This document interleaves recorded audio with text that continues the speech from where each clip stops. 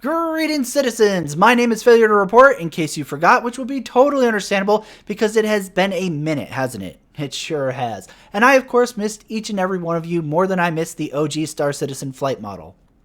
But before we get into today's video, did you know that over 900% of viewers watching this right now aren't subscribed? I just learned how to use YouTube channel analytics, and now I'm joining the bandwagon of begging you to smash that like button like your dad did to your mom in order to get you here. And don't forget to ring that bell like it's sitting on the reception desk of that super classy hotel you're bringing your mistress to this evening. You suave bastard, you. In all seriousness, I haven't made an actual video in about exactly a year now, and I just wanted to take a moment out of the intro to say, what the hell happened to YouTube? Every goddamn video now has some idiot begging for subs with his viewer stats like he's going to shame people into subscribing. You know, in case his stupid fucking reaction face thumbnail didn't get the job done, I guess. Ladies, please, please, please, please, indulge in the fine art of swallowing or taking a face shot more. Only you can prevent adding to the cesspool that is content creator trends by stopping them at the source. Anyway, while some viewers are no doubt grateful that it has been exactly 1 year since we've done one of these Star Citizen dedicated videos, I've spent the majority of the year getting asked when I was going to cover Star Citizen again. Now, I haven't really decided how I feel about sitting here on Christmas Eve making this video.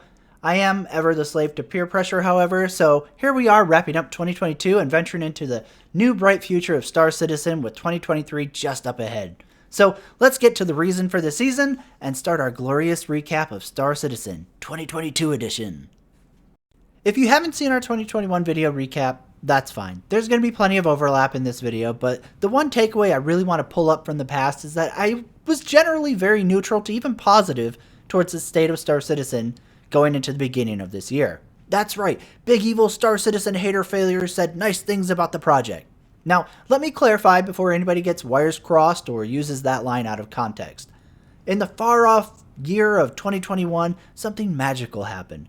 Cloud Imperium accidentally released the most stable and playable build of their lives with patch 3.15. We went from having chronic server 30k issues that popped up constantly to unheard of stability on the server side of things. Servers would last hours and hours and hours. This meant that you didn't lose all the progress of whatever you were doing, be it mining, cargo hauling, bounty hunting, whatever. You could very nearly go out and play what content Star Citizen had for an entire day straight without the looming fear of that infamous server crash that would ruin all of your fun. Now, to stress just how miraculous that patch was and how unexpected it was even to CIG, when it came time to move on to the next quarterly patch, 3.16, CIG decided to hold that build off and instead simply try to plug features that were compatible into 3.15, so that the 3.16 build was essentially 3.15 Part 2. While it might seem like I'm throwing shade here, there is nothing wrong with CIG recognizing that they accidentally made an incredible patch and trying to cling to it. If anything, this move is reinforced as the smart play when we look at the first quarterly patch we got for 2022, which was 3.17. Now, while the 30k plague hasn't come back in the form it used to be so well known for prior to 3.15, the state of patch 3.17 highlights just how magical the end of last year was, and why I was willing to tell people, hey, if you've been hovering over Star Citizen and you were waiting for the right moment to dip the tip in, now's probably the best time in years to try it. You might be wondering, what exactly makes this 3.17 patch so bad that I keep comparing how great 3.16 and 3.15 were in comparison? Well, that, kids, starts this video off proper as we now dive headfirst into the beginning of 2022. Now, some backers are very new to this project, especially when you speak relative to the length of development of Star Citizen overall. So it's hard to stress just how long ago some major events in Star Citizen were, but many years ago in the way back times, Star Citizen used to release barely a patch a year. As you might imagine, this system of one patch a year would lead to a lot of issues. For Cloud Imperium, it meant spending a year working on content that was isolated from the player base outside of getting feedback from YouTube videos they would show off progress and concepts that they were working on. Which meant if a patch dropped to live and it was tone deaf as fuck or just plain bad, Cloud Imperium staff then had to knee-jerk to correct or throw out concepts that they had spent a year working on. More directly damaging to the project's overall health, however, was that it left Chris Roberts and Tony Zurich an entire year to talk up and promise features that had no chance in hell of ever making it into the game in the timeframes they were discussing. To give you a quick example, back in 2016, Chris Roberts was promising that Star Citizen 3.0 was around the corner with a fully expansive Stanton system and would shortly after going live receive mining, refining, and processing, refueling, escort missions, salvage, repair, rescue missions, and farming. This was in 2016. The year is about to be 2023 for anybody out there who has trouble with numbers. So 6 years later, and many of those features are not in the game at all, or are so bare bones they're constantly defended for their lackluster depth as, "Well, it's tier 0, it's gonna get better, hater, and I can't wait to enjoy it on my new RTX 9080 at the nursing home."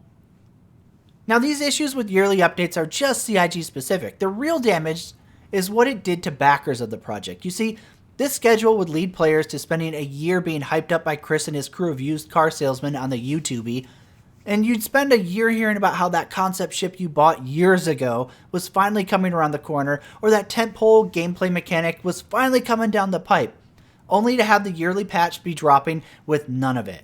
This led to a lot of frustrations within the community and a lot of friction between the backers and Cloud Imperium. This frustration hit its peak with the release of 3.0 in 2017, when we had spent months hearing from Chris Roberts how the patch was done with all its content.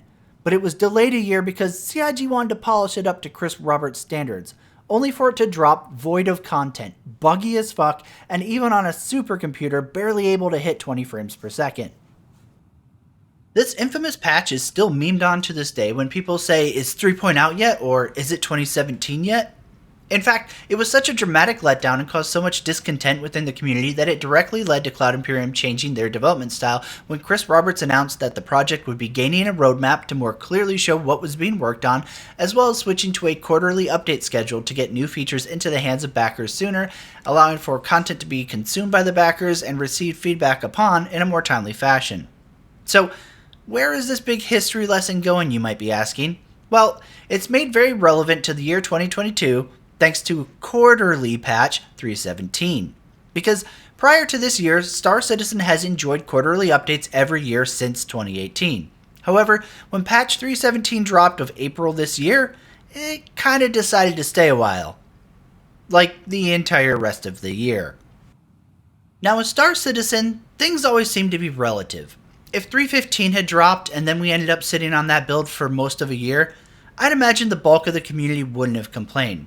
The servers ran great, the features of the game worked, desync was still an issue, but it wasn't anything like it is today in 317 Live.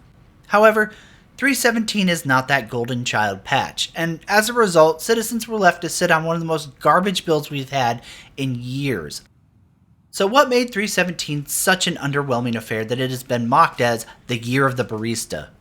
It all starts with the core of the update. We rolled into the end of the first quarter of 2022 with the initial launch of 317 feeling very underwhelming content-wise, to the point that major patch features included such groundbreaking patch notes as River Tech Tier 0.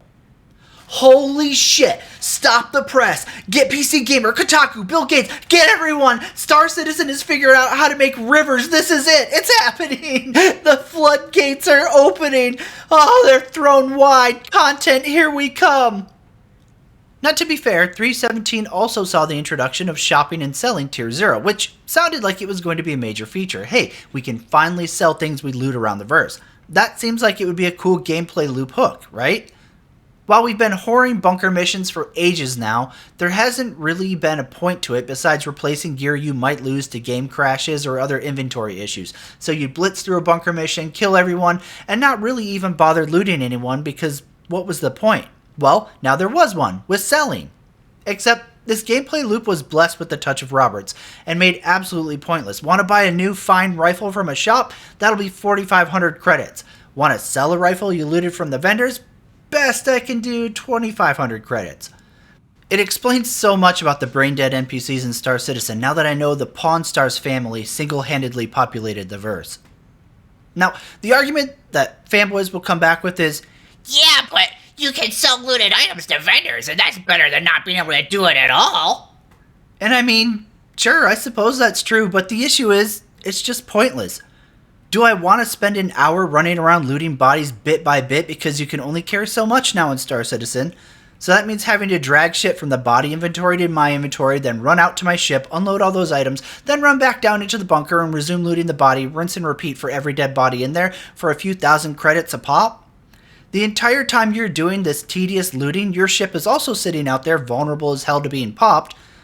Yeah, I'll pass. The actual gameplay loop of looting bodies and ferrying the loot up to my ship is not fun, and the payout isn't worth it when there are other ways I could grind credits like, moving on to the next bunker and making more money than I would selling. So that means another tentpole feature of 3.17 is essentially fluff to make it feel like something meaningful was added to Star Citizen. Alright, next up we have Refueling! Now this should be a patch feature that I'm celebrating like crazy because anybody who knows me as a Star Citizen backer knows I long for the days that I can run around like an elite dangerous fuel rat in Star Citizen, helping people who get stuck in the dark deep. The issue with Refueling in Star Citizen being added now though is that it makes no fucking sense. We still have only the Stanton system, so Refueling in Star Citizen really shouldn't matter at this stage of the game. It's a populated system, there are stations all over each planet and moon, but Chris is a game design genius, so, they gutted fuel scooping in some ships and adjusted burn ratios so that refueling would be a fun, engaging, and rewarding experience for all. And, in case you're wondering, the multi-crewed go have fun with friends mining boat, the Argo Mole, has an average flight time of 25 minutes. Yeah, real big brains out there at CIG developing this project. So rather than shelving Refueling until it made sense in a large, vast, expansive universe that Chris and CIG promise is coming, we have a new refueling system tailored to a baby universe where your adventure can be time-gated by the size of your pathetically small fuel tank and horrible fuel consumption. Nothing says, ready to go make my mark on the vast cosmic empty like a 60-minute fuel window. So other than CIG releasing the Hull A baby space trucker ship, that pretty much covers the initial launch of 3.17's major features.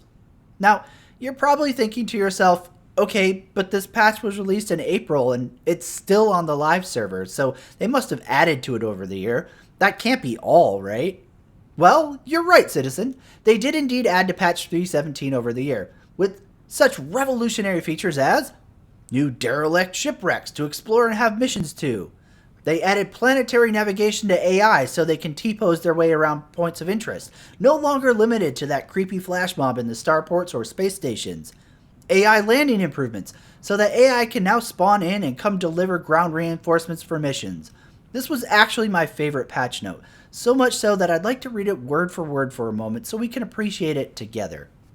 AI landing improvements. This enables AI ships to land and deliver reinforcements on non-structured ground areas like planetary terrain where a predefined landing area and assistance from air traffic control is not available. This patch note is the biggest word salad of saying we can spawn a ship in with NPCs to come attack you and it can land on the ground.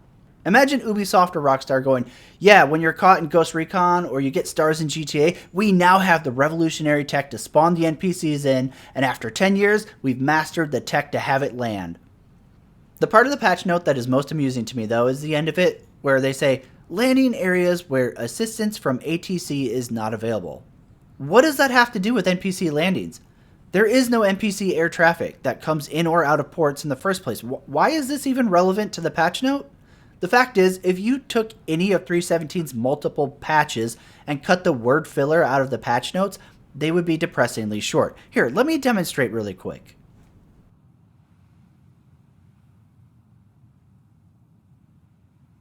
Wow. Wow. Look how much smaller and sad those patch notes look when you cut the word fat out. Now, I get it, 2022 was a depressingly sad and sparse year, especially when you consider all the things that we were promised this year that were gutted and thrown off the roadmap, but I feel like it's even more telling when you try to dress up a $2 whore and pass her off as a boutique high-end escort. Just own that you had a shitty year, CIG. It makes you so much more respectable than trying to fluff backers so they feel okay opening their wallets still while Crisp takes them from behind. Now, I want to be fair to Cloud Imperium in the 2022 year span. There were very few additions to the game this year, and honestly, unless you're going out of your way to experience them, you could jump into Star Citizen right now and have not played since 2020, and it's going to more or less feel like the exact same game you played 2 years ago. However, while 3.17 didn't include much in the way of additions, all 3 major 3.17 patch iterations had lots of bug fixes. So, on one hand, you can argue, okay, 3.17 was a wasteland for meaningful content, but it improved upon what was there, and that isn't a bad thing. However, you could also argue, okay, they fixed 50 bugs over the course of 3.17, but as with every Star Citizen patch, for every bug they fixed, new ones came out of the same patch. As I've said before, all things in Star Citizen are relative. If you're one of the people who owned an Origin 135, the bug fix that lets you access your cargo bay was huge for you, and you can now properly use and enjoy your ship again. But if you're not a backer affected by the things CIG fixed during 3.17, it means nothing, or worse, you might be affected by the newer bugs, like the Mercury Star Runner's cockpit, which has for some reason become a plague of issues in 3.17 and still has problems going on with it in 3.18's PTU. So that covers the bulk of notable things that went on during 3.17, which was our only patch number this year. But don't worry, that's not all that went on with Star Citizen in 2022. Come on now. This is Star Citizen, the most revolutionary, amazing, cutting edge, never done before, most ambitious project ever conceived. So now we're going to dip our toes in some of the notable fun things that happened with Star Citizen this year. I feel like it would be silly not to start this off with one of the biggest events of 2022 that also ties into Star Citizen's lack of quarterly updates, and that would be the now infamous Roadmap Roundup post from February. Now, I know not every viewer tracks Star Citizen's development anymore, much less keeps up with every damn YouTube video and newsletter they pump out non-stop, so to recap this amazing moment in Star Citizen's history, after the terrible experience we talked about back in 2017 with the release of 3.0, CIG switched over to those quarterly updates as we talked about earlier, but they also promised to start providing a quarterly roadmap that showed what was going to come with each quarter. This new dev process started in 2018, and after 2 years, it was getting crucified over and over again for not being accurate or overpromising features. This led to CIG giving the roadmap tool a refit back in 2020, where they added a more in-depth roadmap with task progress trackers and promises to more clearly communicate what features were going to be worked on and what would be realistically achievable, as Chris Roberts once again apologized for being too optimistic, which I'm so fucking tired of seeing him do because of the way he does it. You know when a small child does something stupid that they're too innocent to really realize how stupid it was, and then they come up to you and apologize all innocently? That's how Chris apologizes the few times he has ever stood up and took accountability for anything in this project. He always does it with this air of, well, I mean, it's not my fault. I did my best. Maybe if anyone's to blame, it's you. Which leads right into the core of this segment. In February of this year, CIG published another short novel about the roadmap, and in this post they detail how their intention when they redid the roadmap back in 2020, their focus wasn't actually to make the roadmap more reliable and communicate what features were coming to the game. They actually just wanted to show every task that was being worked on so you knew it was being worked on. They never meant to use the roadmap to show off or hype features that were coming to the game, and any expectations you had of seeing salvage or repairing on the roadmap were your own projections of timelines. I really can't think of any other game or project out there that details a roadmap of features they're working on or releasing over the next year where they list them all and the caveat is always, well, game development is very fluid and difficult, and because you're a stupid normie walking wallet, you don't get it. So when the roadmap runs its course for the year and almost nothing we put on it shows up, that's on you for assuming. But here in the Chris Roberts timeline, that's the world we live. After explaining to backers with 2 enormous word salad paragraphs that the roadmap wasn't meant to be read like a roadmap, whoever wrote this masterpiece then goes on to say, many of our most passionate players have continued to interpret anything on the release view as a promise. We want to acknowledge that not all of you saw it that way, and many understood exactly what we tried to convey, but there remains a very loud contingent of roadmap watchers who see projections as promises, and their continued noise every time we shift deliverables has become a distraction, both internally at CIG within our community, as well as to prospective Star Citizen fans watching from the sidelines. I love whoever wrote this because it's so layered with disdain for the people who held Cloud Imperium accountable for constantly missing promised dates and features, while they also sprinkle in some head pats for the simps by going, "We noticed you that didn't complain and defended us, but those others who dared to point out that we promised features over and over and constantly gutted them or deleted them entirely." And then they finish it off with the most important part of this issue. But how does it look for our potential new buyers when we promise features over a year and none of them show up? And then critics can go, "See what a fucking shit show this is?" I would literally trade my ability to criticize the management and development of this project to get Chris on camera just one time where he says, maybe I should have had a publisher to keep me in check and rein in my never-ending overpromising. But we all live in Bizarro world where when Chris Roberts overpromises every fucking year, it's always the backer's fault. Every fucking year. It just blows me away how he has literally been saved from being a has-been failed Hollywood hopeful to running the largest crowdfunded project in the world, and yet he maintains such disdain for the people funneling him money and never has a thought of taking responsibility for anything that happens. Now the next great event of 2022 is, unsurprisingly, CitizenCon.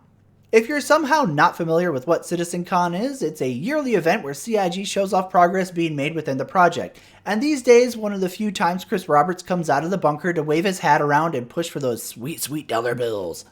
CitizenCon has its own shitty history that we could do an entire video on, but to be brief, it's historically a meme generator of Chris showing off tech that was handmade for the convention, missions or features that are grossly misrepresentative of the status of the game and development, and usually a few hours of Chris and Tony Z overpromising and dreamcrafting ideas that are not even remotely in development, or systems of such deep complexity that if CIG was actually able to do the things that they were promising, they'd be taking billion-dollar software contracts from the world's militaries. Now, prior to the outbreak of COVID-19, CitizenCon was an in-person convention held at different locations around the world each year. The panels were also streamed for people who couldn't jump across the planet to get the latest info on what was going on within the project. One trend that seems to be going on with CitizenCon since going full digital was that these events seemed less and less meaningful. And maybe it's because Chris doesn't care as much when he doesn't get to bask in the crowds of citizen foamers, or maybe it's because there just isn't any real progress or meaningful content to show off. But one thing that felt universal with CitizenCon 2022 was it just felt historically underwhelming. However, that's not to say that there weren't moments that stood out and sent shockwaves through the project, such as when everyone's least favorite dad joke vending machine, Disco Lando, asked Chris Roberts to talk about something surprising to some, maybe a lot of people don't know about and we haven't talked about for some time: skills! This moment is so fucking amazing for so many reasons. From the way Disco Lando casually acts like talking about skills in Star Citizen is just another topic, to the way he tries to lead the question from a PR standpoint by saying skills in Squadron 42, to have the lead game designer instantly go, "Well, not just in Squadron 42, it'll be in Star Citizen too," as he looks over at Chris like, "Oh fuck, should I have said that?" Now, this is a moment that really needs to be paused on and talked about before we go any further. As I pointed out earlier in the video, Star Citizen has been in development for over a decade at this point in time. There are a lot of backers out there who have no idea what Star Citizen was sold as when Chris Roberts was taking backer money hand over fist in order to get his company and project off of the ground. Over the years, Chris and Cloud Imperium have steadily deviated further and further from what they promised original backers were buying. Over the years, CIG has done many different things to shit in the hands of old backers, from changing the way melting and buybacks worked, introducing a price discrepancy from new concepts bought with credit versus new money, introducing lifetime insurance only for new money purchases, and of course the wholesale slaughter of what the actual game's design was supposed to be. These features range far and wide, such as Squadron 42 originally being a drop-in, drop-out co-op with your friends, VR support from the go, as Chris claimed, "We've backed Oculus, and who wouldn't want to experience sitting in their cockpit?" The very structure of the persistent universe going from being a space-themed shooter like Wing Commander to now being Second Life in space, where you need to make sure you ate your tummy filler and drink your Kool-Aid. So when I stress that Chris Roberts just casually throwing out, "Oh yeah, and we're gonna have skills in Star Citizen and Squadron 42. is a major fucking breach of what he pitched and sold Star Citizen as. I need the full weight of that to stick. This isn't just another feature where White Knight simps can go, "Oh geez, stuff changes." it was a core aspect of the game, yet again completely thrown aside, right up there with the promised PvP slider. Hey, quick sidebar. Did you know that there are still citizens logging in and playing Star Citizen today that think the PvP slider is still a thing Star Citizen is going to get? Yup, that's what happens when you sell people on a dream and totally revamp the contents of that dream after you've cashed their check. Now, before I go further, I'd like to offer you a chance to go hop onto Google and look up Star Citizen Skill System. Don't click on any of the links from 2022, but any of the older threads all over Star Citizen subreddit. There are two distinct things you should take away from the results you click on outside of 2022. The first thing is that the person who makes the post suggesting Star Citizen should have a skill system and levels gets utterly flamed and cooked to oblivion. And the second is that time and time again people respond with, Star Citizen is a skill-based game. Chris said from the beginning the only skill in Star Citizen is what you bring with you. Blah, blah, blah, blah, blah, blah, blah. Man, I bet all of those responders feel like absolute fucking morons now. But they were right. From the very start, Chris has promised that Star Citizen is not your average MMO. You don't need to grind levels or work on some stupid skill tree. In his own words, Star Citizen is, at heart, a skill-based game. There's no leveling up your character until he becomes especially good at space combat. Your character is as good as you are with a stick, mouse, gamepad, or keyboard. What that means is that anybody can join the game at any time, and if he's good, he can stand up to players who have been around forever. Fast forward to 2022, and we have the lead game designer sitting next to Cult Daddy Chris talking about how we have 4 physical attributes to level up. And improving those attributes can mean anything from you can carry more because you're stronger, but not just boxes. That'll also affect your equipment, so you can carry more of that too. And you can also sprint further because it doesn't affect your stamina as much. You're more resistant to forced reactions, etc, etc, etc. This whole fuckhead segment is a product of a fucking moron. What is described in this segment is nothing short of leveling in a standard MMO. Every example given of the skills and attributes are clear advantages over those without. Being able to carry more, being able to sprint further, being able to aim down sights faster, environment resistance, on and on. This entire segment is nothing short of a huge breach of trust and deviation from what the game was sold as. Now, there are some simps of Roberts who have channels I'm told they run and aren't just CIG side projects, who insist these kind of things aren't a big deal. Just as they insisted it wasn't a big deal when Star Citizen became a survival game and we have to shove the space fatboy burger down our throats every hour now. Because I guess space metabolism is like fucking mainlining an IV of liquid cocaine fast. I had no idea how quickly I burned fucking calories in space. Every year or two, CIG comes out with some major change or deviation from what the game was promised as, and every year Star Citizen White Knights and simp cuck content creators tell everyone else, "It's not a big deal, it's fine." And then you just sit back and watch the game fall further and further from what it was promised to be. But the thing is, Star Citizen's development is over 10 years long now, and the game is fucking nowhere near done. Now, I realize empathy is a lost fucking attribute in mankind these days. People can never imagine themselves suffering somebody else's plight anymore.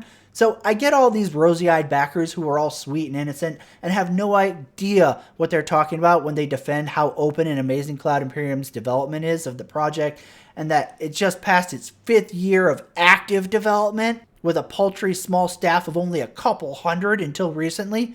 But what those backers who are standing on the corpses of the old backers don't realize and never seem to grasp is that in 5 years, they'll be the ones going, "But wait, this isn't what I was promised and paid for." As Star Citizen's core mechanics and design shift yet further and further from what it was promised originally and what it is today. Every year, Chris manages to demonstrate just how disconnected he is from what makes a game fun. From having to worry about eating and drinking every fucking other hour, to talking about needing to take showers in game so your stank ass doesn't lose rep points with mission givers, to needing to level up your endurance so you can be the best fighter pilot you can be. You tack all of these stupid ideas on top of all of the other stupid ideas he's come up with over the last 5 years, and Star Citizen drifts ever further into being this weird, "I don't know what kind of fucking game I'm making anymore. Let's just call it Second Life in Space Arma for Elite Dangerous Survival Evolved Warcraft." I just wish that Chris Roberts played his video games on Twitch so we knew what games he was playing at the time, so at least then whatever half-assed copy-paste idea he tries to smash into Star Citizen, we the backers can at least have like a few months to prepare for. Now, it's almost a few hours to Christmas, so I'm going to try to speed this along.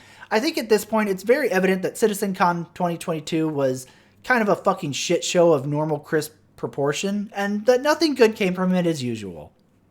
Other notable events that happened in 2022. We finally saw confirmation that the very much awaited and backer favorite Banu Merchantman was shelved from development because game development is fluid, and if you don't get it, then you're a loud critic who doesn't understand that from the beginning, Cloud Imperium has none of the other systems in place to support that ship, so joke's on you for thinking your over half a decade old JPEG was actually coming to the game soon.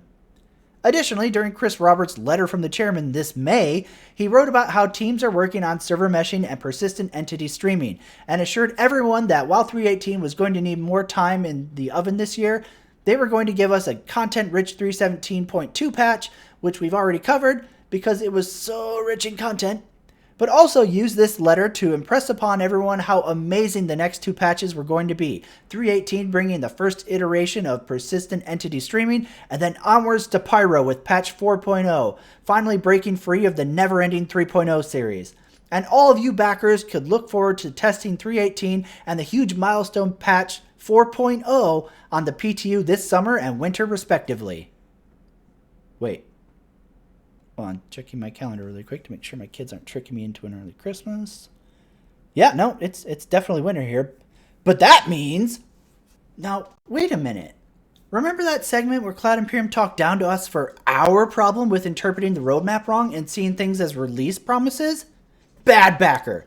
Bad backer. How dare you let Chris Roberts tell you that 4.0 would be in testing by this winter? You big, stupid, over-expecting backer. It's not his fault you listen to him with your big, smooth brain. I want to make it very clear. The first newsletter telling us we were the problem for making timelines out in our heads was in February. And then Big Daddy Chris writes this horse shit in May, 3 months after shaming the backers for not understanding how roadmaps work.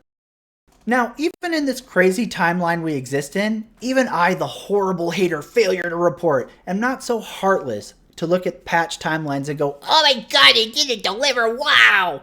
After being a backer for almost as long as my youngest preteen son has been alive, I know what to expect from Cloud Imperium.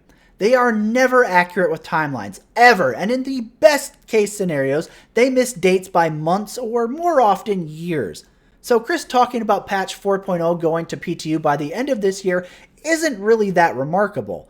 Hell, I'm not even going to spend more than a couple seconds worth of effort to meme on the fact that the development timeline on their website says patch 3.18 quarter 1 2023, patch 3.19 quarter 1 2023, with zero mention of 4.0 on the roadmap. I just think it's worth making fun of him after he himself or somebody he paid wrote a giant word salad on how it's our fault we always misinterpret their timelines, and then within the same year, not even half a year later, he promises a whole new solar system that had no chance in hell at making it in the time frame that he was hyping it. Oh man, I've got literally just a few hours left to get this done before Christmas. All right, no problem. We got this. Let's leave the past in the past, talk about the end of this year. Star Citizen 3.18. This patch is still a little bittersweet for me personally. I remember ending 2021 and looking at what was originally supposed to be coming this year, and then looking at what we are actually getting this year, which is technically not even 3.18, as it will probably sit on the P2 servers the entire holiday until going to live servers when CIG comes back from holiday break. So, I mean, technically counting 3.18 as part of 22 is a little bit cheaty, but it's almost Christmas and I feel festively generous, so let's call it a 2022 patch so it seems like CIG got more out of this year. Now sure, I'm not getting my persistent hanger at my spaceport of choice, no hanger management app, no Hull C again. Really getting 3.0 vibes from the Hull C coming and going from the release map over and over and over again throughout the years. If I had an Idris for every time CIG said the Hull C was coming, I'd have more pointless giant spaceships than the Emperor had Star Destroyers in The Last Jedi. Point is, basically everything that I was anticipating this year didn't come, except for some ships they already knew they were on lock for 2022 because they were small and simple, and of course, with patch 3.18, we finally, after years and years of having to dick tease us, get Salvage Tier 0.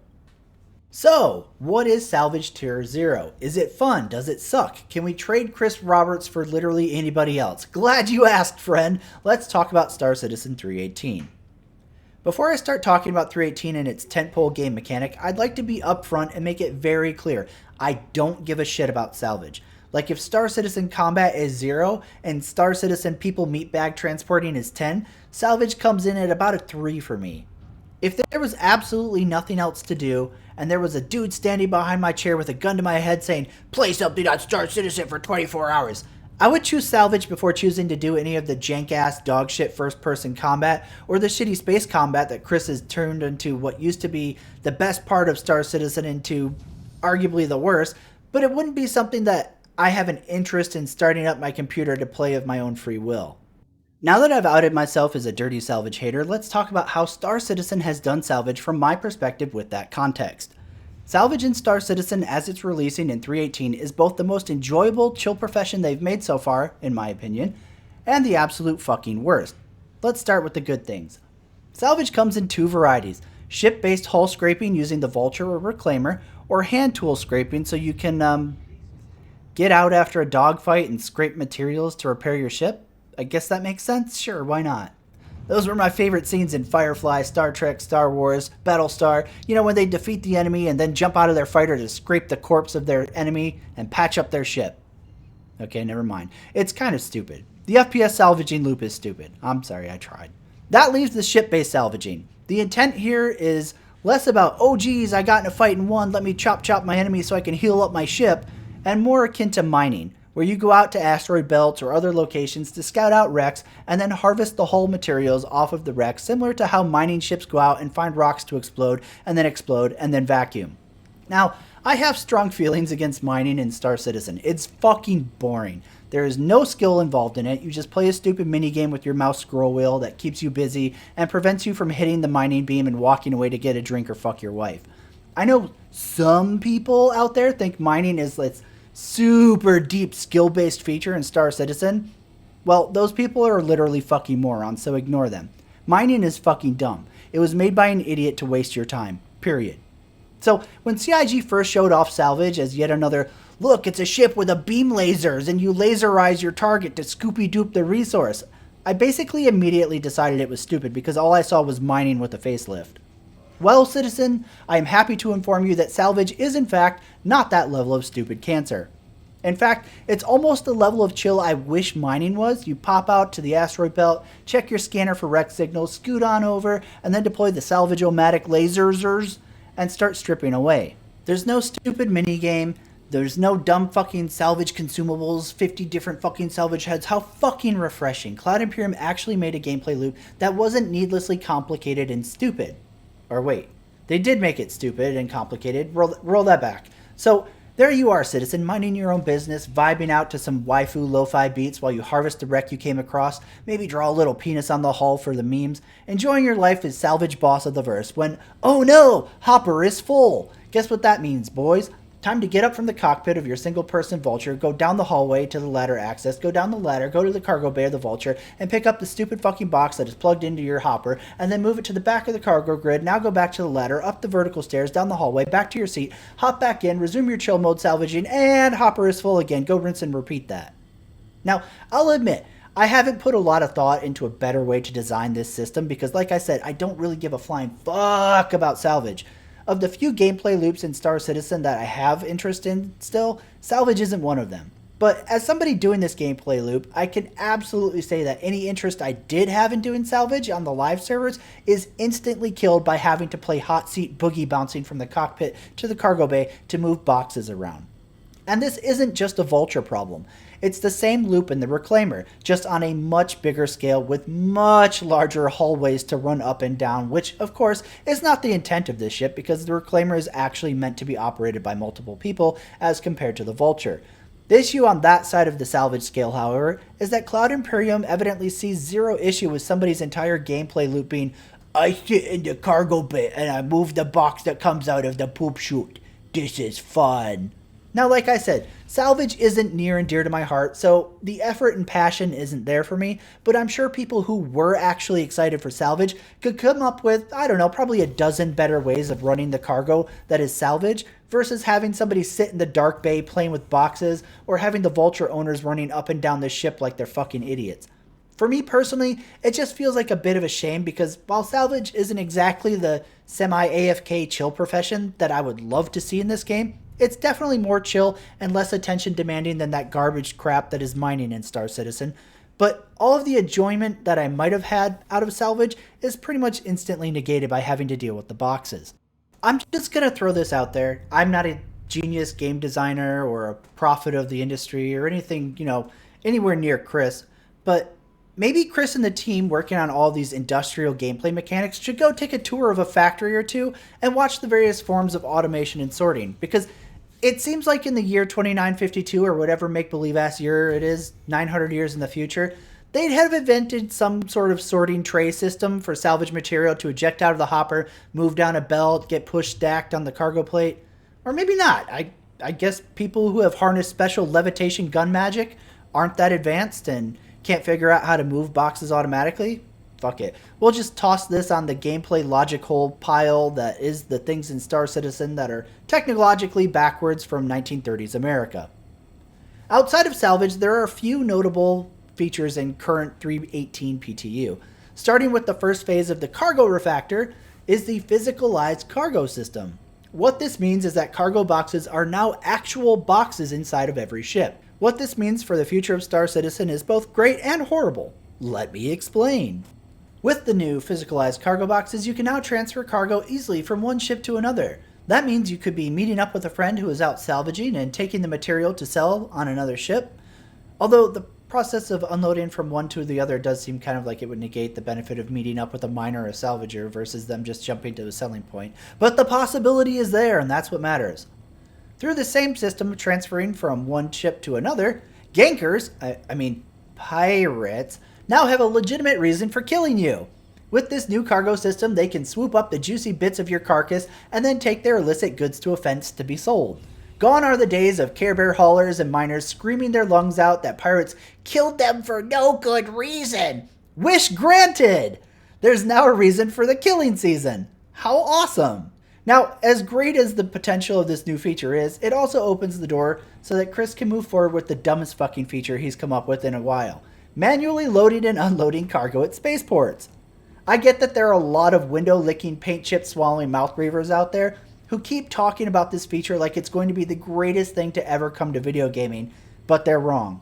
Sure, if you have autism and one of your tics is doing menial tasks over and over again, this might be the greatest gameplay loop anybody has ever conceived to you. But for basically anybody else, this is going to be like riding a 5-minute train around Lorville used to be. Oh, cool, look at the new thing, oh, this is so neato, for about a day.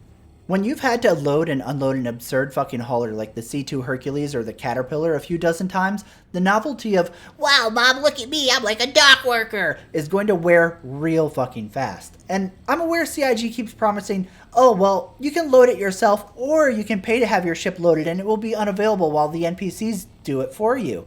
That's lovely, but I have every confidence that CIG is run by a fucking lemming. Not only will you have to pay some absurd fucking fee to have your cargo loaded and unloaded, but I'm sure we'll also see an equally absurd fucking timer put on the NPC loading times as well, to the point that it basically forces you to do it manually so that you can taste the splendor of Chris Roberts' immersive cargo loading gameplay. I really do hesitate to criticize mechanics like this because I already know the stupid things that the second lifers in space will rebuttal with, like, well, if you don't want to be patient, you should do it yourself. But it isn't a lack of patience. If you're wondering where I've been for the last years, it's mostly been flying Microsoft Flight Simulator, flying virtual airlines where I haul cargo across the globe. That means sitting through 5 to 12 hour flights one way. You know how long it takes to load up a Boeing 747-8 Fox? Just shy of an hour. So even though I go through cold and dark checklists and get everything ready to start up, I'm still sitting there for a good 20 to 30 minutes waiting for boxes to get put inside the plane. So don't come spewing your White Knight Simplord shit about Gamers like you just don't have the patience for a majestic game like the one Chris is making. it has nothing to do with my ability to wait around for something. I've been waiting on Chris to figure out how to make a game for 10 years, and before that, I used to wait in mud fields freezing my ass off on Iraqi winters for 24 hours at a time, hoping that somebody would come by and put a bomb in the road so I would have something to break up the monotony of my day. The difference between sitting around filling the cargo hold of a 747 and sitting around waiting for a timer to tick down for my Hercules to be filled is that I have nothing to do while I wait for the Hercules. Star Citizen, brace yourself fanboys, is not a simulator. There are no avionics, there are no flight plans, there is nothing to program into a flight management system, there is no depth to piloting in Star Citizen because Chris is busy trying to make Star Citizen a life simulator instead of the best damn space sim that he first conned people into giving up money for. That means when I click the I don't want to play your janky dumb box Tetris, load the cargo for me on the trade terminal, I'm just sitting there waiting for a number to tick down with literally nothing else to do. The other major difference between me spending my time loading a plane in Microsoft Flight Sim versus loading my Hercules is the frequency. Star Citizen has not had long travel times since about 2018, and even then the longest travel times across the entire Stanton system were about 45 minutes. To give that perspective, that's less time than it takes to fly from Flint, Michigan to Detroit, Michigan. These days, jumping from Microtech across Stanton to ArcCorp in a Caterpillar with the worst possible quantum drive you could put into it, like purposely downgrading to the absolute worst in the game, your travel time is only 18 minutes. With the stock jump drive, that same trip is 6 minutes. The point I'm leading to here, if you haven't caught on yet, is the time between the cancer of waiting around pointlessly for your cargo to be loaded versus the amount of time you're going to spend in flight. In a real flight sim, as the pilot, I'm doing other things while the plane is being loaded for a bulk of the loading time. Getting a plane powered up, programmed, getting ready to taxi from the ramp takes a while, even once you're used to it. But, let's say I have it down pat and I can run through a full startup in 10 minutes. Even if I have to sit there for another 30 minutes of loading cargo, once it's done, I'm flying for the next 5 hours plus before I have to land and then unload. In Star Citizen, you spend the vast majority of your time loading and unloading. It almost takes more time to purchase your cargo, sprint through the spaceport and to the hangar of your ship than it does to fly to your destination across the solar system. That means when Cloud Imperium finally institutes manual loading and unloading of cargo, the vast majority of your playtime is going to be spent loading and unloading. The hauling of the cargo isn't even the real gameplay loop. You're not a space trucker. You're a space dock worker with an extra step. This is why I dread the day Chris Roberts gets his stupid gameplay loop into the game. I am all about being a space trucker, or for me personally, my most wished for gameplay loop is passenger flights, but I know for a fact I will spend more time sitting around loading my ship than actually piloting it, because Chris Roberts is a fucking genius, and that's exactly what a big brain prophet of gaming would come up with.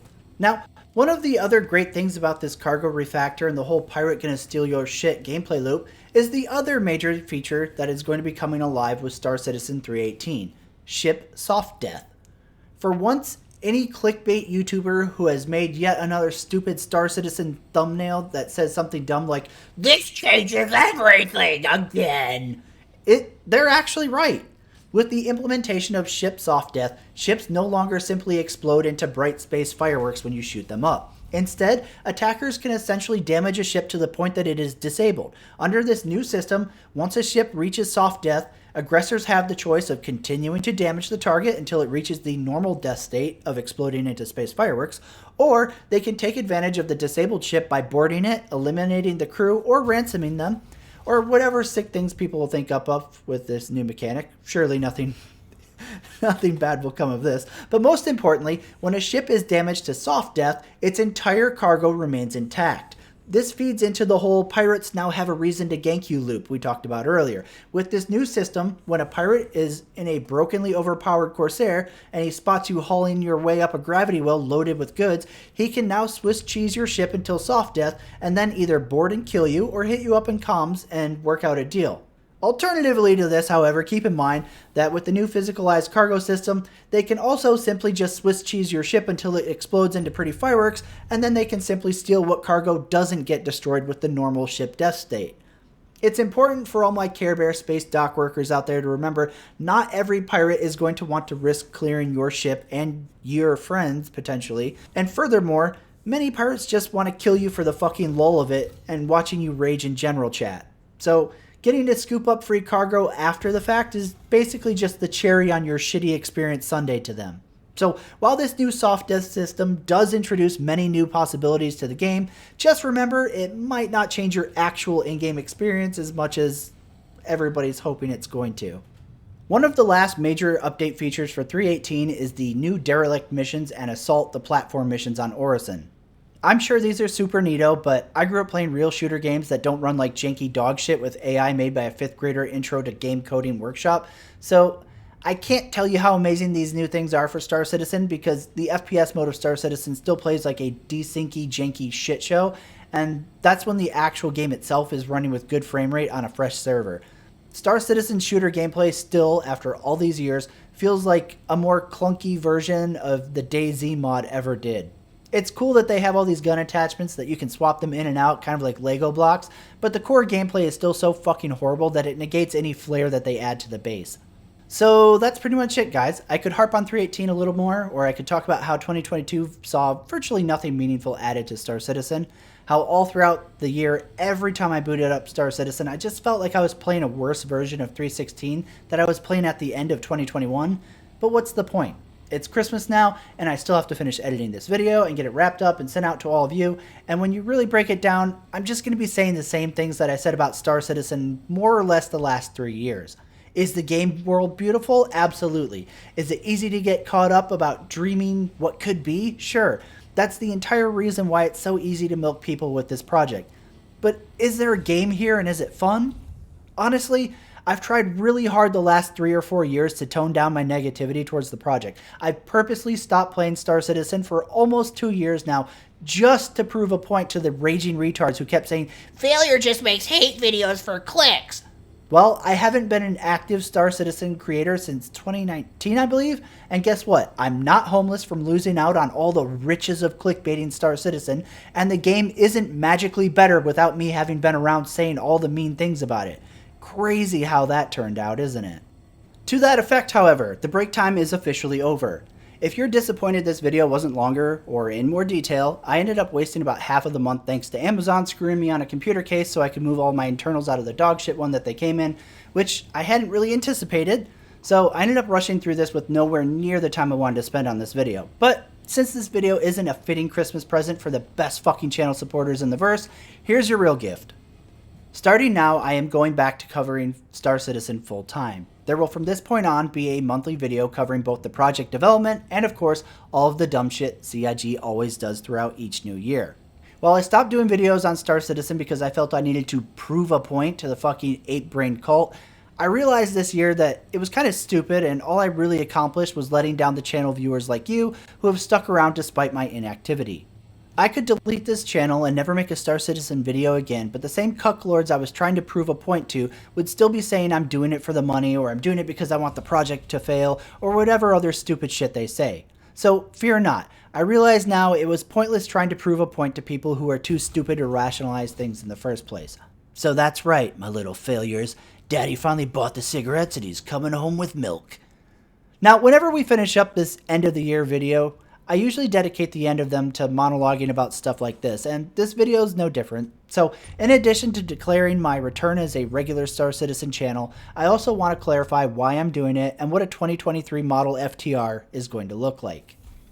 First and foremost, I've said this many times, I am not a YouTuber, I'm not a content creator, this channel is not my source of income, and it doesn't make enough to be a side hustle. I'm a Star Citizen backer. I'm definitely a skeptical and critical Star Citizen backer, but make absolutely zero mistake. I want Star Citizen to release, and I absolutely want it to be fun and good. While I want the game to be a dozen different things to me in my head, that doesn't make me a blind faith believer either though. I don't trust CIG any further than I can throw my in-laws chubby sausage dog. What you can expect from this point on isn't the same FTR from 5 years ago. Star Citizen has made improvements over the years. They aren't massive and they are light years to travel with this project still, but it is getting better. I don't think Star Citizen is vaporware. I don't think Star Citizen will never release. I have huge doubts about whether the game in its final state will be fun, and I have no doubt that Star Citizen upon final release will look nothing like what it was sold as.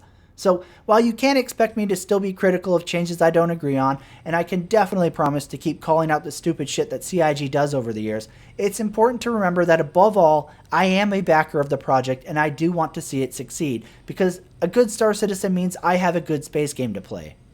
Another staple of these year-end videos is usually where I talk about whether Star Citizen is good or not yet, as it's hands down easily the most asked question I get by former players, outside observers, and people who just generally want to know what I think. And it's never really easy answering these questions because there are so many variables, like, do you enjoy the exact same things as me? Do you mind spending money up front on a game that won't be realized for many, many years to come? Or are you one of those people who thinks paying $30 for a game on Steam is still too much? It's always really hard to come up with a generic, sweeping answer to such a difficult question, so I try to always be as rational as I can and put myself in as many mindsets as possible when I look back on Star Citizen and try to consider if it's worth giving a recommendation to the public. So, is Star Citizen good yet? The short answer is no. Star Citizen still suffers heavily on many of the same fronts it did before. Servers are still nowhere near stable enough to be considered a functioning game. Like, people rage and threaten to publicly execute their dogs out of protest when other game servers have an interruption event like once a month or less. So, truly, it takes a special breed of Kool-Aid drinking masochist to tolerate Star Citizen's infrastructure. Then there's the actual client performance. Even when servers are freshly spun up and working their most optimal state, Star Citizen is still horribly built as a client. While it doesn't take a NASA quantum computing capable PC to run Star Citizen, it definitely needs one to run smoothly. It's very easy for me to get on Star Citizen and bemoan the occasional stutter or sub 60 frames per second when I go to certain locations, and forget that not everybody is running a 3090 with a Ryzen 9 on 64 gigs of RAM. But when my kids ask to play Star Citizen on their middle-of-the-road gaming PCs, it helps to reality check just how terrible Star Citizen runs even on a good day. While things like this are being worked on and will be improved over the next few years, the current state is still much the same as it always has been. Things look promising on 3.18's PTU servers, but they felt that way many patches before 3.18, and we often find that a patch migrates to the general public on live servers, things fall apart, and what previously seemed like a potentially really strong client turn out to be more of the same. However, even removing the server and client performance issues out of Star Citizen's equation, the game just isn't there to recommend. Many of the gameplay loops are still just as shallow and dimensionless as they were 2, 3, 5 years ago. Take mining, for example. This gameplay loop was released back in June of 2018. Fast forward to more than 4 years later, and it's still the same gameplay loop, but with more extra Chris Roberts steps tacked onto it. While mining received updates and added more mining laser heads, consumables to change how you interact with the rock node, and even added needing to take ore to a refinery so you could haul it off and then sell it, it's still the same gameplay loop that it was when it first came out in Alpha 3.2. Mining ships haven't gotten their ability to detach and replace ore bags. Mining ships still don't have the filters that they were supposed to have so that they could get rid of inert materials so that you didn't have to hop and skip across a planet or asteroid belt looking for perfect rocks. And because mining ships don't have the ability to detach their ore bags, you don't have any depth added like partnering up with haulers. You don't have the ability to save coordinates when you find a rich ore field or a point in space. If you want to go mining, there's literally only 2 ships that offer that gameplay loop. One of them is a solo mining ship, and the other is a multi-crew mining ship that has been completely fucking broken since it first hit the PTU servers. Both of those ships have the same type of mining. We don't have mining drones that let you casually chill mode mine, and the only depth of how to mine is how good you are at paying attention to keep it in the zone with your scroll wheel while trying to see the shitty mining UI contrasting over the mining laser effects washing out your UI. And while it might seem like I'm just picking on mining, all of Star Citizen's gameplay loops that we have today suffer these same types of issues. We are now more than 10 years into development of the project, and every one of the few gameplay loops we have is one-dimensional and shallow as hell, just like mining. Even combat, which should be one of the most critical core gameplay elements, is in a worse spot than it was 5 years ago. Weapons are all capped at certain firing rates or velocities because CIG has been revamping the flight model in combat for the last 2 years, so they endlessly excuse away reasons why they can't fix weapons right now and make them unique anymore. The flight model, rather than being fine-tuned and iterated on over the years, has been totally revamped and redrawn so many times in the last 6 years, I can't even keep count of what flight model we are on anymore, and Cloud Imperium is getting ready to fuck with it all over again when they try and slow down engagements even further. When you take all of these things together, it's really hard for me to personally draw a conclusion where I call Star Citizen a fun game and would ever consider recommending it to people. I think a lot of people who argue Star Citizen is amazing and fun are newer backers who are still deep in the honeymoon phase, and it's certainly fair to weigh that against my own situation where I've been here since basically the beginning and I'm jaded from seeing the same gameplay loops with the same depth for nearly a decade. But I think my perspective on it versus a newer backer wins out, and here's why.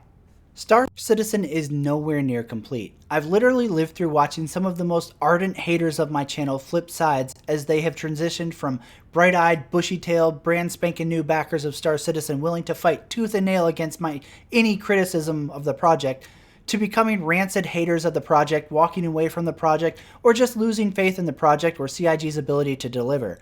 I've watched the light die off in the backers' eyes as they slowly realize over the course of a few years that Star Citizen isn't going to be the game Chris Roberts let them dream it was going to be, with vague promises and endless hyping.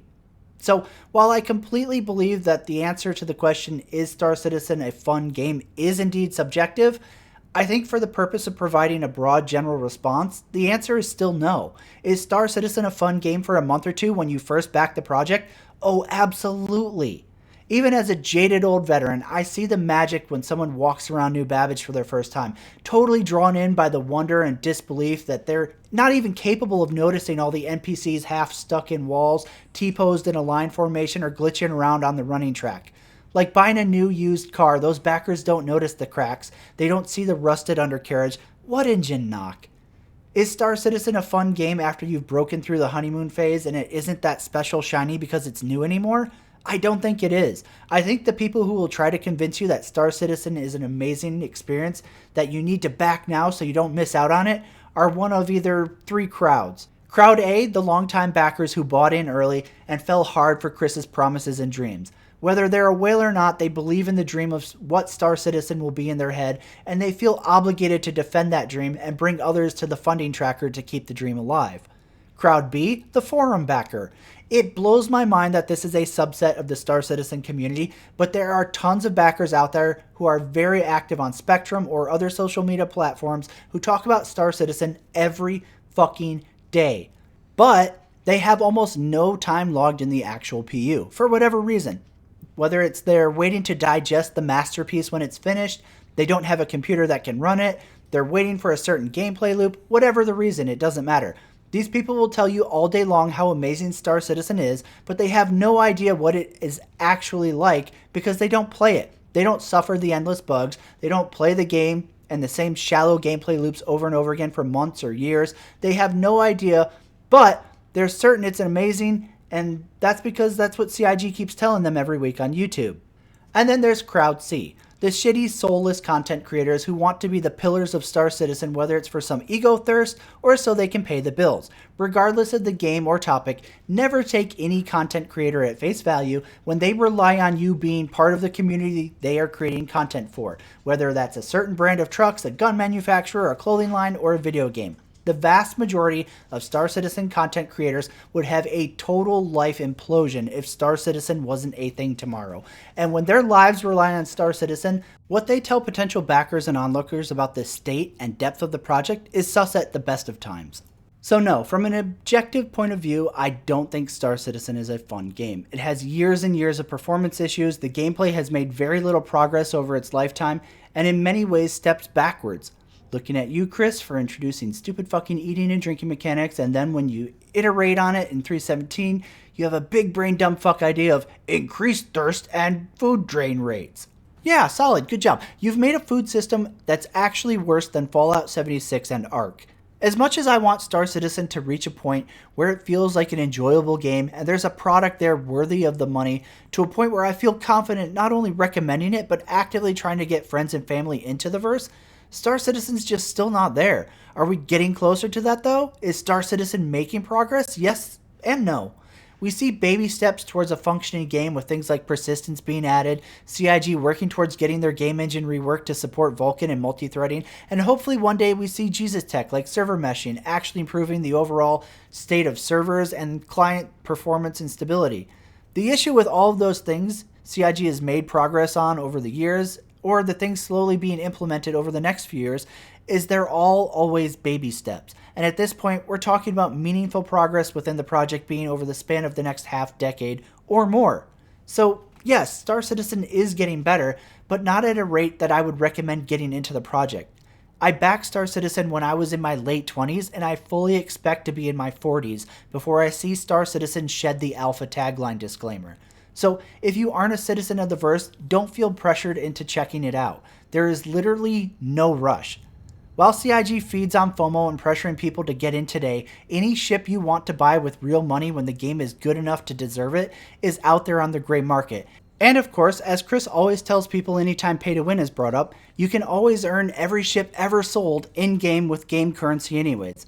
So if you really truly want to know if Star Citizen is good or worth your time, my suggestion is play it for free during a free fly event. I plead with people almost every year to make use of these whenever they occur. Regardless of how much of a hater I might seem, I want people to make an informed decision, and the best way that anybody can do that is not by taking my word or the word of other content creators, but by actually experiencing it for themselves. Free fly events happen throughout every year, and as the name implies, they cost you literally nothing. Try Star Citizen out this year. Spend a week flying all the different ships available to you and try out as many different gameplay loops as possible and make an informed decision if the game is fun to you or not. Literally, the only influence on your experience I would try to make is to keep in mind that it's only a week long and it's easy to get those rose-tinted goggles stuck to your face in that short amount of time with Star Citizen. But if you truly fall in love, go for it. I'm not here to stop anybody from backing Star Citizen. My only aim with this channel is to discuss the topics that get buried on the official forums, talk about development changes, and to air my thoughts as a backer of the project. So that's it, Citizen. This has been our 2022 end-of-year recap for Star Citizen. While I wouldn't call 2022 a garbage year for the project, it certainly felt underwhelming, and that's coming from somebody who basically took the entire year off from playing. There are a lot of areas I would love to see the project and the studio improve over the next year and onwards, but only time will tell what directions Chris decides to steer the ship from here, and it's really anybody's guess what exactly Star Citizen will even be this time next year, much less even further forward in the future. I would like to take this moment to wish you all a very Merry Christmas, regardless of your religion or beliefs. I hope this season is a great time for you and your loved ones. To all the members of the FTR channel who have stayed subscribed over the last few years, I love you the most. For those of you who may have been a former channel member but unsubscribed after the channel fell inactive, I still love you too, but maybe not as much as the other guys. This year is going to be a bit of a trial to see if there's still a reason for me to cover Star Citizen full time. I'm hopeful we'll break the 10K barrier this year, and if there are people genuinely interested in Star Citizen on this channel still, then we'll keep the lights on and the train rolling. To all the people over at Cloud Imperium from the bottom up, thank you for what you do. I might seem like a critical asshole, which I am, but it comes from a place of wanting the project to be the best it can be and to see it live up to the hopes that you and the players all have for it. While the road might be very, very long ahead and full of uncertainty, even as a skeptic, every time I set foot inside the verse, all I see is potential waiting to be realized someday. And with all of that said and done, my name is FailureToReport, and I hope you stay safe out there, and until next time, citizen.